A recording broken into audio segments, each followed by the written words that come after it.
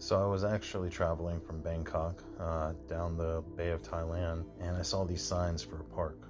It was a giant sea creature right here, and from what I was thinking was a kraken at the time, I didn't know the story behind it, so I looked into it. Apparently, this prince over to the left that's actually playing the flute was tricked by this sea creature, turned himself into a beautiful woman, and the prince fell in love.